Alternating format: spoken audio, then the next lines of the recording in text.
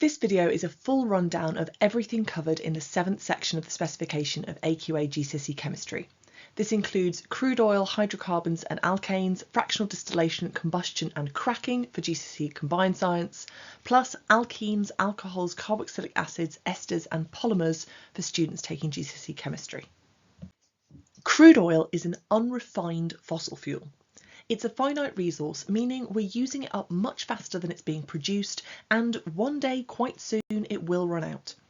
It's found in deposits deep underground, trapped in rocks, and released by drilling. Crude oil was formed from the remains of ancient biomass. Millions of years ago, as sea creatures like plankton died and sank to the bottom of the ocean, they were covered in a layer of sediment, which later hardened to rock. Under high heat and high pressure, their bodies transformed into the three fossil fuels: coal, oil and gas. Crude oil is a mixture of molecules called hydrocarbons, mainly of a class called alkanes. Hydrocarbons are compounds that contain hydrogen and carbon only, with no other elements present. Here are 4 substances. Based on that definition of a hydrocarbon, a compound that contains hydrogen and carbon only, pause the video and write down whether you think each substance is a hydrocarbon or not. The first substance is a molecule called chloromethane, and although it's a compound and it does contain hydrogen and carbon, it also includes that chlorine atom. So no, this isn't a hydrocarbon because it has an atom in it that isn't hydrogen or carbon. Our second substance is a hydrogen molecule, so again this is not a hydrocarbon because it doesn't contain any carbon and it's not a compound. Our third substance has carbon and hydrogen together in a box, but they're not bonded together, so it isn't a compound, and therefore it's not a hydrocarbon either. Our final substance is methane, and this is a hydrocarbon because yes, it is a compound that only contains carbon and hydrogen. We've said that this methane molecule is an example of a hydrocarbon, but we can split hydrocarbons into different types based on their chemistry, and methane is the first example of the alkanes. Alkanes are a homologous series. A homologous series is a group of chemicals that have similar chemical properties. So they respond in the same way when they react with oxygen, for instance. And the reason for this is because they have the same functional group, so their atoms are bonded in the same way as each other. They also have the same general formula, which means when it comes to writing a molecular formula for them, they're all going to look pretty similar. Sometimes, to differentiate alkanes from other types of hydrocarbon, we might describe them as being saturated. The molecule here on the left is a saturated molecule called ethane. And when I say that it's saturated, what that means is that each one of the carbon atoms in that molecule is making the maximum number of bonds that it can to hydrogen. Carbon atoms can make a maximum of 4 bonds, and each of these 2 carbon atoms have made 4 bonds, one to each other and another 3 to hydrogen. If we look at the molecule on the right, this one is called ethene, and this is an unsaturated molecule. You can see that although each carbon is still making 4 bonds, the 2 carbon atoms have made 2 bonds between them. It's a double covalent bond, and so they aren't bonded to the maximum amount of hydrogen possible, and therefore this is not a saturated molecule. You need to be able to name and draw at least the first 4 alkanes, but this isn't as challenging as it sounds because in each instance we're just going to have a chain of carbons in the centre with hydrogens around the outside. Make sure that every carbon atom is making 4 bonds, including the ones to other carbons. We've already met methane, which is the first alkane, and also ethane, which is the second. So you can see here we have a chain of 2 carbon atoms and then hydrogen atoms around the outside. Our third alkane is called propane, and again we have this chain of carbon atoms in the centre and then hydrogen atoms around the outside, and our fourth alkane is butane. Now these prefixes, meth, eth, prop and but, refer to the number of carbon atoms. So you'll be using them again for other classes of molecules such as alkenes, and if you're doing triple science then also carboxylic acids and alcohols. It can be handy to have a little mnemonic to help you remember these prefixes. And I like to use most elephants prefer bacon. So most starts with M for methane, elephant starts with E for ethane, prefer starts with a PR to give you a double hint for that propane, and then bacon starts with B, as does butane. You also need to know something called the general formula for an alkane, which is a way of looking at the molecular formula of all of these different compounds and seeing what the sequence is. If we look at the propane molecule, we can see we have a chain of 3 carbons in the centre, and then we have 3 hydrogens on top and 3 hydrogens below. So that's twice as many hydrogen atoms as we have carbon atoms. So the first thing we need to bear in mind is that however many carbon atoms we have, we're going to need to double it for the number of hydrogen atoms. And then, of course, at either end, we need an extra hydrogen. So our general formula for any alkane is CnH2n plus 2. And what this means is that I could ask you to give me the formula of literally any alkane, tell you the number of carbons, and you would be able to use this formula to work out the molecular formula. So say if we had 100 carbons, 100 is your N, and so to work out the number of hydrogen atoms, we need 2N, so 2 lots of 100, which is 200, plus 2, so 202. The different alkanes found in crude oil are used as fuels like diesel and petrol, and also feedstocks, which are raw materials used to supply industrial processes. This includes solvents, lubricants, detergents, and also polymers like polyethylene. All of those different uses require different properties, and so the great mixture of alkanes in crude oil needs splitting up. And this can be done using a process called fractional distillation to produce fractions including liquefied petroleum gases or refinery gases, petrol, naphtha, kerosene, which is used as jet fuel as well as a fuel in people's homes, diesel, lubricating oils, fuel oils, and bitumen or residue. The vast majority of these are used as fuels, and the particular fraction that's chosen as a fuel will depend upon the requirements in terms of both the energy density and how cleanly it needs to burn. In addition to this, there are some other uses, so lubricating oils are used to make petroleum-based products, including cosmetics and lubricants and even laxatives, while bitumen or residue is used to make tarmac and cover roads.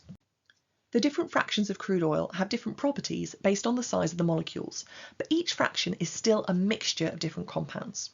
Whereas crude oil may contain tens or maybe even hundreds of different molecules, each fraction will contain just a handful, but it's still not one pure compound.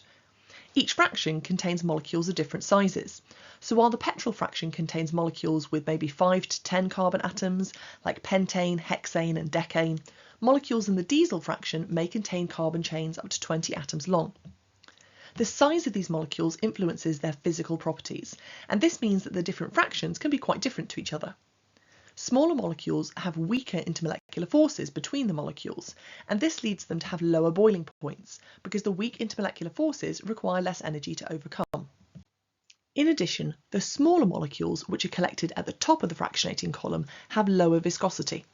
Viscosity is a measure of how easy to pour and sticky something is. So golden syrup is an example of a very viscous liquid, whereas water has very low viscosity. The smaller fractions are also more flammable and they burn with a cleaner, less smoky flame, so this makes them better fuels. The smaller molecules are also paler in colour. Petrol, which is quite a small fraction, is more or less colourless, whereas you've seen tarmac, and that's made of bitumen or residue, which is the fraction with the largest molecules in it. Fractional distillation takes place in a piece of apparatus called a fractionating column. It separates liquids according to their boiling point by using the processes of evaporation and condensation, and it's able to occur because of the temperature gradient in the column. In other words, it's very hot at the bottom of the fractionating column near to the heat source and much cooler further away. At the base of the fractionating column, the mixture of liquids passes by a furnace, which heats them until the vast majority of molecules evaporate. What's left behind is the bitumen or residue. As the hydrocarbons evaporate, they rise up the column, and as they rise, the temperature cools. As each different molecule reaches the location that corresponds to its boiling point, it will condense back into a liquid, allowing it to be separated and tapped off. Combustion is the proper chemistry name for burning a fuel in oxygen, and based on the amount of oxygen available, that combustion can be described as complete or incomplete. If there's lots of oxygen available, then all of the fuel can be fully oxidised, and we call this complete combustion. If there's insufficient oxygen available, then some of the fuel may not be fully oxidised, and this is called incomplete combustion. If we're thinking just about hydrocarbons, then if a hydrocarbon is completely combusted, it will make carbon dioxide and water, whereas when incomplete combustion occurs, rather than making lots of carbon dioxide, some of this may be replaced by carbon monoxide or carbon particulates, also known as soot. You need to be able to balance symbol equations for the complete combustion of alkanes. If you're not already very confident with balancing symbol equations, it's worth learning a little trick that will work just for this equation. So here I have propane, my third alkane, and it's reacting with oxygen. And because we're talking about complete combustion, it's going to make carbon dioxide and water. The law of conservation of mass tells me that I must have exactly the same atoms on the left and right hand sides of my symbol equation. So if I look at my alkane, I can see that it contains 3 carbon atoms, and therefore I must have 3 carbon atoms on the right hand side of my equation. To balance an equation, I'm only allowed to add coefficients in front of the different molecules. I can't change the formula of the molecule itself.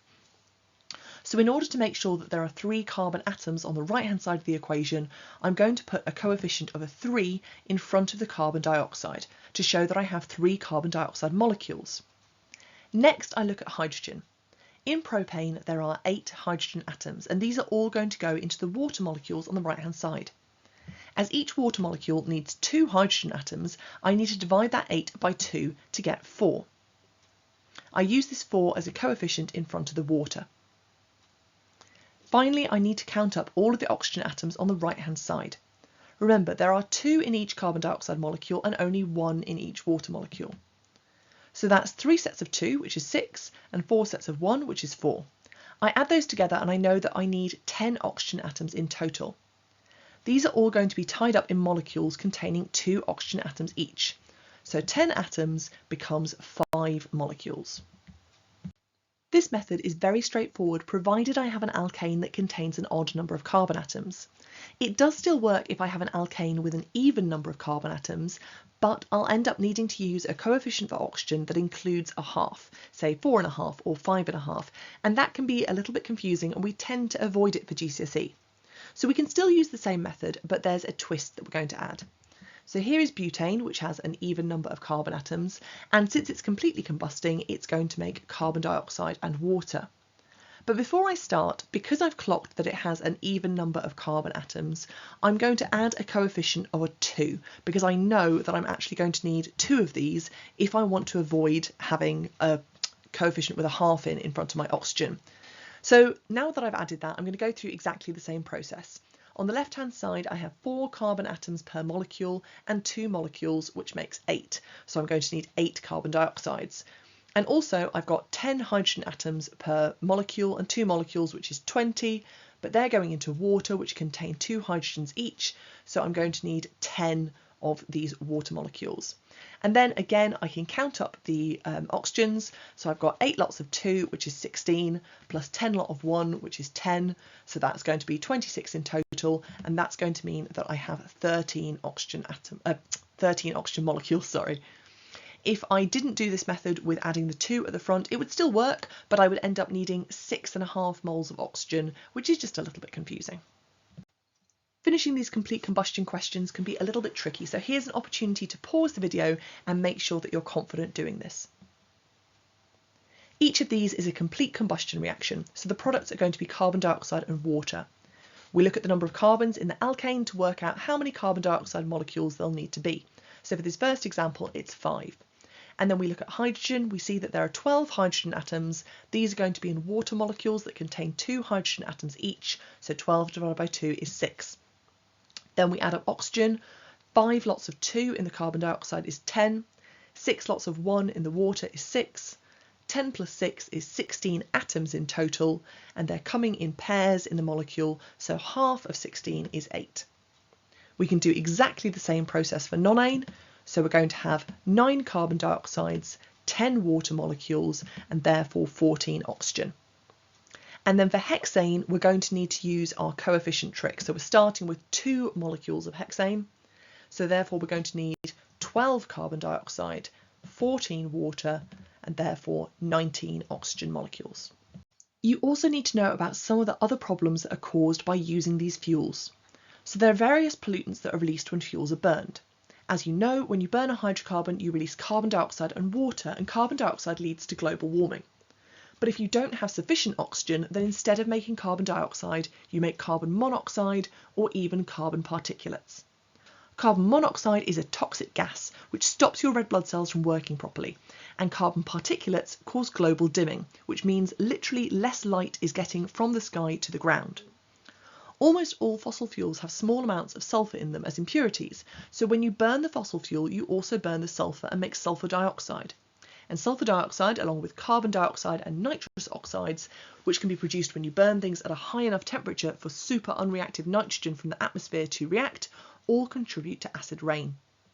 As well as making acid rain, sulfur dioxide and the other oxides of nitrogen can cause respiratory problems like asthma. This bar chart shows the approximate percentages of different fractions present in crude oil, and also the approximate percentages of those fractions that we actually need. As you see, there's greater demand for petrol and diesel than can be supplied from crude oil alone, while larger fractions like fuel oil are more available than necessary. Cracking is a process that allows this surplus of fuel oil and other large fractions to be converted into smaller, more useful and more flammable molecules. Cracking is an example of thermal decomposition. Decomposition means breaking something down, and thermal decomposition is breaking it down using heat. The law of conservation of matter means that the number and type of atoms can't change during a chemical reaction. When we break apart a large alkane like this decane molecule, if we make a smaller alkane like this octane molecule, we don't have sufficient hydrogen atoms left over to make a second alkane. As you can see, we have 2 carbon atoms left over, but to make ethane we would need 6 hydrogen atoms, and we can't do that. Instead, we're going to make this molecule called ethene. So the products of cracking are going to be 1 alkane and 1 or more alkenes. Alkenes are another example of a homologous series. We describe alkenes as unsaturated because some of the carbon atoms are not bonded to as many different atoms as possible. In GCSE chemistry, the only unsaturated molecules we encounter have a single double bond. For each of these 4 molecules, ask yourself, is it a hydrocarbon, is it unsaturated, and if both of these things are true, is it an alkene? Pause the video and write down some answers. The first molecule in the top left is not a hydrocarbon because it contains an atom of bromine, and we know that hydrocarbons are compounds only containing atoms of carbon and hydrogen. So since it's not a hydrocarbon, it can't be an alkene. The second molecule in the top right is a hydrocarbon because it only contains carbon and hydrogen atoms. However, each one of those carbon atoms is making bonds to the maximum number of other different atoms. So this molecule is not unsaturated, and therefore it can't be an alkene either. The third molecule in the bottom left is a hydrocarbon and it is unsaturated.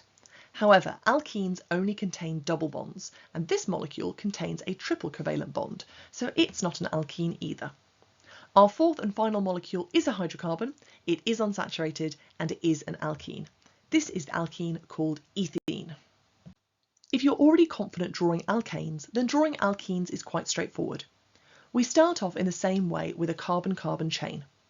Then we're going to draw a double covalent bond between 2 of these carbon atoms. When you're drawing larger alkenes, it's important that you understand that the double bond is only between 2 of the carbon atoms, not the whole way along the chain. Then we need to fill in the hydrogens. Remember, each carbon atom can make 4 bonds in total. Here, both of our carbon atoms have already made 2 bonds, so they can make 2 more. And so we need to add 2 hydrogen atoms per carbon atom. This is the first alkene called ethene. As you know, the alkane with 2 carbon atoms is called ethane. So you can think of eth as meaning 2 carbons, and therefore this alkene is called ethene. Methane doesn't exist because it wouldn't be possible for 1 carbon atom on its own to make a double bond. Just like with alkanes, you need to be able to draw and name the first 4 alkenes. Rather than having carbon chains of between 1 and 4 carbon atoms, as with the alkanes, for the alkenes the carbon chain will be from 2 to 5 carbon atoms. It's important that you remember that each of these molecules will only contain 1 double bond. We've already met ethene, and so our second alkene will be propene. As you can see, there's 1 carbon-carbon double bond, and then the additional carbon only has a single bond adding it into the chain. It's not important for GCSE chemistry where you draw the double bond, as long as it's between 2 carbon atoms in the chain. Our third alkene is called butene, and again you can see there's 1 carbon-carbon double bond, and then the other carbons are single bonded. And every carbon atom is making 4 bonds in total. The fourth alkene contains 5 carbon atoms, and we haven't met the name for this yet because we didn't need it for alkanes. But this is the point where naming alkanes and alkenes and other molecules gets really straightforward, because we start using the same prefixes that we use for shapes. So a 5-sided shape is called a pentagon, and an alkene with 5 carbon atoms is called pentene. Alkenes are more reactive molecules than alkanes. We can differentiate between the two types of molecules using a test called the bromine water test. Bromine water is able to identify the presence of unsaturated bonds. So since this is the only difference between an alkene and an alkane, it allows us to work out which is which. Before it reacts with any other chemicals, bromine water is a transparent orange liquid. If you mix it with an alkane, no chemical reaction happens, and so it stays orange. If you mix bromine water with an unsaturated molecule, such as an alkene, then it turns colourless. It's absolutely vital that in describing this, you say that the bromine water has gone colourless. You will not get the mark for saying it's gone clear, because clear just implies you can see through it, and I can already see through the transparent orange bromine water. You need to describe it as turning colourless. Pause the video and fill in the gaps to describe how the results of this test could be used to differentiate between an alkene and an alkane. In this test, it's the alkene that is going to change the bromine water from an orange colour to being colourless. This is because the bromine is added to the double bond, and once it's bonded, it loses its colour. Exam questions about cracking may also give you symbol equations to balance, but this is less challenging than it sounds. There are two types of questions that you may encounter. In the first one, we're given one of the products and then asked to work out what the second product would be. So this is simply a matter of adding up the carbon and hydrogen atoms on both sides of the symbol equation. So in my first example, my reactant is C25H52. So in my products, I also have to have 25 carbon atoms and 52 hydrogen atoms. So if I take away the 10 carbon and 22 hydrogen atoms that are in decane, this tells me that my second product must contain 15 carbons and 30 hydrogen atoms. In my second style of question, I'm given both products, but I need to work out how many ethene molecules there are. Again, both sides of my equation have to add up to the same number and type of atoms. So in order to get 25 carbon atoms in total, if I have 9 of them in my first product, which is nonane, this means that 16 of those atoms must be in my second product. So if each molecule only contains 2 carbon atoms, then in total I must have 8 of them. Pause the video and have a go at completing these symbol equations. So in the first equation, I'm missing C22H44. In my second, it's C17H36. In my third, it's C13H26, then C30H62, and finally C13H28. Next, you need to be able to describe the reaction conditions for two different types of cracking. We'll start with catalytic cracking, which you may have completed as a practical at school. Remember, a catalyst is a chemical that speeds up the rate of reaction without being used up itself. Firstly, we need a source of a large alkane. In school, we tend to use a piece of mineral wool soaked in paraffin. To crack the paraffin, it needs to be passed over a catalyst, and we tend to use a type of catalyst called a zeolite. Cracking is a type of thermal decomposition, so we need a heat source, usually a Bunsen burner. This is used to vaporise the paraffin, and then those vapours are passed over the hot catalyst, which will break down the alkane into a smaller alkane and one or more alkenes. These vapours can then be collected over water into test tubes. And the test tubes can be tested with bromine water to identify which contain alkanes and which contain alkenes. The second type of cracking that you need to know about is steam cracking. This also requires a very high temperature, but it uses steam in place of a catalyst. You'll notice that neither one of these methods makes any mention of high pressure. In GCSE Chemistry, we don't talk about the role of pressure in cracking at all, and you won't get credit if you mention it in the exam. Pause the video and fill in the gaps to make sure you've understood this bit of the process. In catalytic cracking, a catalyst is used to break down the large alkane. A catalyst is a chemical that speeds up the rate of reaction without being used up. Cracking takes place at high temperature, so the mineral wool soaked in paraffin must be heated until the paraffin evaporates or vaporises. And the catalyst must also be heated until it's extremely hot. The product gases can be tested with bromine water to see whether they are alkanes or alkenes.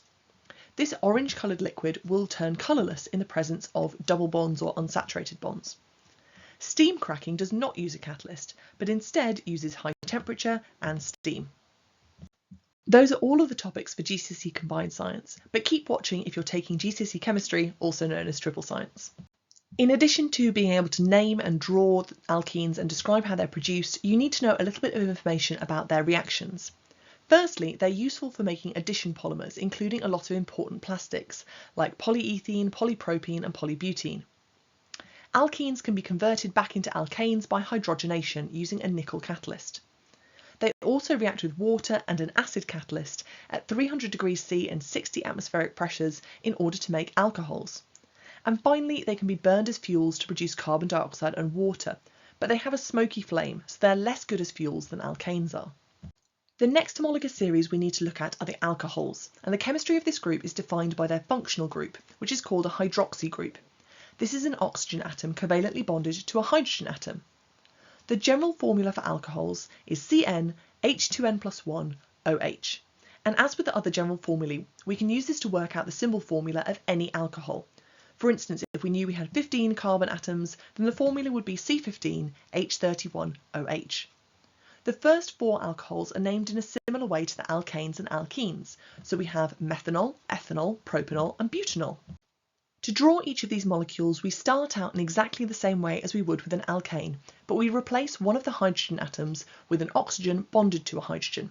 So here we have methanol, ethanol, propanol and butanol. As with alkenes, we're only going to see the functional group once in each molecule, and the name of the molecule is going to be based on the longest carbon-carbon chain. In addition to being present in alcoholic beverages, ethanol and other alcohols are useful as solvents and as fuels, and also as chemical feedstocks in industry. There are two main ways that you can produce ethanol. Firstly, you can allow yeast to anaerobically ferment sugar. This requires an environment that is wet and warm, but not hot, usually somewhere between about 25 and 35 degrees C. This produces ethanol quite cheaply and easily, but the ethanol is also very impure and it needs to be purified. If you need very high-grade ethanol, a better idea is to hydrate ethene using steam. Alcohols dissolve in water to produce neutral solutions. You might expect them to make an alkaline solution because you're thinking about hydroxide ions. But this hydroxy group isn't an ion. It isn't free to enter the solution and raise the pH. It remains covalently bonded to the molecule. Alcohols also burn to produce carbon dioxide and water, and they react with sodium to release hydrogen, which you could test for by igniting it and listening for it to burn rapidly with a squeaky pop, although you'd need to be very, very careful because of course the alcohol is also highly flammable. Alcohols can be oxidised, either by microbes or by chemical oxidising agents like potassium dichromate, in order to make carboxylic acids. Pause the video and fill in the gaps of this summary. Ethanol is an example of an alcohol. It's useful as a solvent and a fuel. Its functional group is OH, or you could say hydroxy. When it dissolves in water, the pH is 7 because alcohols dissolve to make neutral solutions. It reacts with sodium to release hydrogen. It can be formed by fermentation using yeast or by hydrating ethene using steam. It can be oxidised to make a carboxylic acid. These carboxylic acids are the fourth homologous series that you need to know about, and the first four members are methanoic acid, ethanoic acid, propanoic acid and butanoic acid. Their functional group is called a carboxyl group. This is made of a carbon atom double bonded to an oxygen atom and then single bonded to another oxygen atom that in turn is bonded to a hydrogen atom. If you're struggling to remember which way around the double bond and the single bond go, just bear in mind that oxygen always needs to make the same number of bonds. So double bonded on the top and single bonded on the bottom means that both oxygen atoms are making 2 bonds. Carboxylic acids dissolve in water to form weak acids. In other words, they don't fully ionize. This means that they have comparatively high pHs when compared to strong acids at the same concentration. So if you have a solution of hydrochloric acid and a solution of ethanoic acid, both with the same concentration, the ethanoic acid will have a higher pH, although still below 7 because it is still an acid. Carboxylic acids react with carbonates to produce carbon dioxide gas bubbles, which you could then test for using lime water, which would turn cloudy and white. Carboxylic acids also react with alcohols to make esters. Esters are sweet-smelling, volatile substances, which means that they evaporate very easily, so they're often used as flavourings and perfumes. Their functional group is a carbon atom double bonded to an oxygen atom and single bonded to another oxygen atom. This then in turn is bonded to another carbon atom, although that's not part of the functional group. That sounds complicated, but it's shown here at the bottom in red. Esters are made from a condensation reaction between an alcohol and a carboxylic acid. In a condensation reaction, a small molecule is lost, in this instance water. Now, you don't need to be able to name esters in general. The only example you're supposed to know the name of is ethyl ethanoate. Just for the record, that's not the one I've drawn here. This one is methyl propanoate, but ethyl ethanoate is the only one that you need to be able to name. A polymer is a very long chain of repeating units called monomers, and that word very is essential if you want to get the mark for the definition in the exam. These monomers aren't individual atoms, they're small covalent molecules that have then formed more covalent bonds between them to make these very long chains. Within one chain of polymer there are strong covalent bonds, and then between two chains there are weak intermolecular forces. These are the same weak intermolecular forces that you would see between two ammonia molecules or two oxygen molecules, but actually polymers tend to be solids at room temperature.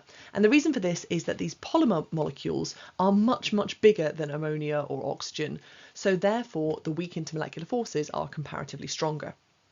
We can name these polymers based on the monomer they're made from. So if I take 1,000 ethene molecules, I could make polyethene. And if I take 1,000 propene molecules, I could make polypropene, and so on and so forth. You need to differentiate between two groups of polymers based on how they're made. So addition polymers are made from monomers that have a double bond in the middle. And that double bond breaks, allowing each one of the carbon atoms to form a new bond. And therefore it can bond to a monomer on either side. And therefore we get our very long chain. Whereas in condensation polymerisation, we need two different functional groups. So this could either be two different monomers that need mixing together, or it could be one monomer that has a different functional group on each end, like these amino acids here. I have an amine on one end and a carboxylic acid on the other end, and the condensation polymerisation will involve the loss of a small molecule like water and the new bonds forming. There are a number of examples of polymers that you should know about, including DNA with its double helix structure made of 4 complementary nucleotides, proteins made of amino acids, shown here on the right by the amino acid glycine, and also starch, which is made out of the monomer glucose.